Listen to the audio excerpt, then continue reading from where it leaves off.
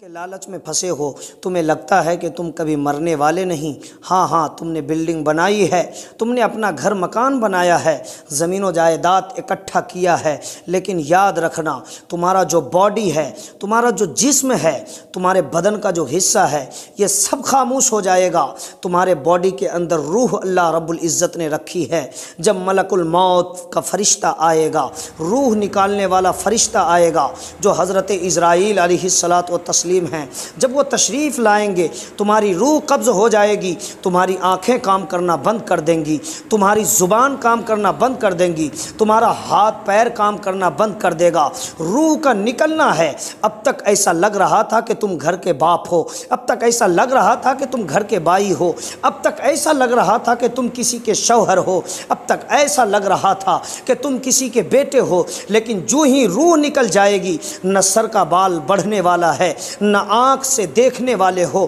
نہ زبان سے بولنے والے ہو، نہ ہاتھ سے کچھ کرنے والے ہو، نہ پیر سے کہیں چل کر جانے والے ہو۔ سانسیں تھم جائیں گی، آنکھیں کام کرنا بند کر دیں گی۔ اور ہاں یاد رکھنا، جس گھر والوں کے لیے، جس گھر کے لیے اب تک تڑپتے رہے،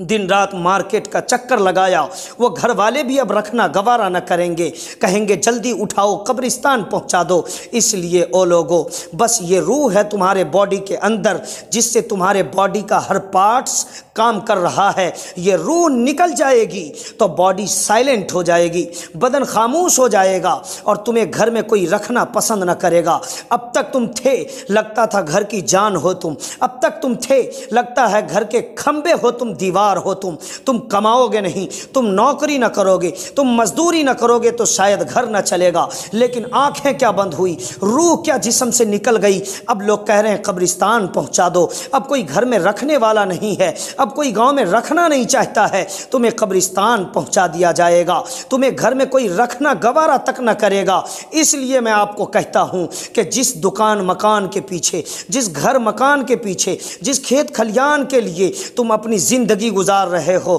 کاش کہ اس زندگی کے کچھ حصے کو کاٹ کر رب کی عبادت کے نام پہ خرچ کر دو، سجدے میں لگا دو، نماز میں لگا دو، اللہ کے ذکر و اذکار تسبیح و تحلیل میں لگا دو، تو انشاءاللہ تمہیں زندگی گزارنے کا افسوس نہ ہوگا، تمہیں دنیا میں رہنے کا افسوس نہ ہوگا کہ تم جانے والے ہو۔ جب مرنے کا وقت آئے گا تمہارا چہرہ کھل اٹھے گا کہ ہم نے تو اللہ کی عبادت کی ہے، اگر رب نے میرا ایک سجدہ زندگی میں قبول فرما لیا تو وہی میرے بخشش کا سامان